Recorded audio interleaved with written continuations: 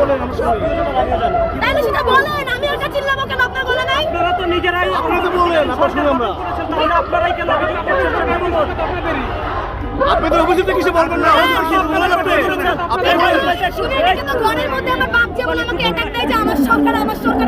স্বরাষ্ট্র উপদেষ্টার পদত্যাগের দাবিতে মুখোমুখি আন্দোলনকারীরা এবং পুলিশ, শত শত মিডিয়া কর্মী।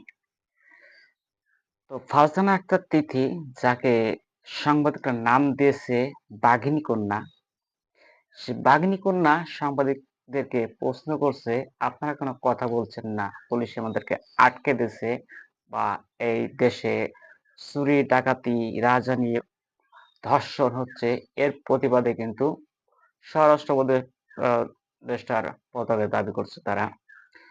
তখন সাংবাদিকরা ফারজানা আক্তার তিথিকে উল্টা প্রশ্ন করে।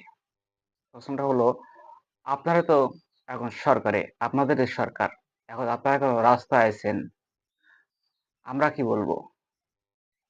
তো এমন প্রশ্ন শুনে ফারজানা আক্তার তিথি অবাক হয়ে যায়। তিনি বলে, সরকার কি শুধু আমাদেরই? তো তারা তো আন্দোলন করে একজন সরকার বানাইছে, যিনি শান্তিতে নোবেল পেয়েছেন, পুরো পৃথিবী তার এক সম্মান আছে, তাকে নিয়ে বসেছেন।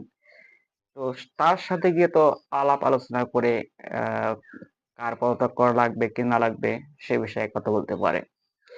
তো সড়ক অবরোধ করে সাধারণ জনগণের ভোগান্তিতে ফেলে তারা কেন আন্দোলন করছে? এখন তাদের সরকার, তারা যেটা বলবে সেটাই হবে।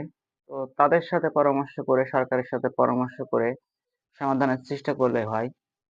খামাখা নতুন নতুন কর্মসূচি না দিয়ে রাস্তা অবরোধ করে, কারণ অবরোধ করলে সাধারণ জনগণ বিভিন্ন জায়গায় যাওয়ার প্রয়োজন হয়, কিংবা হাসপাতালে অ্যাম্বুলেন্সে যাওয়া আসা করে, সেখানেও ভোগান্তি হয়।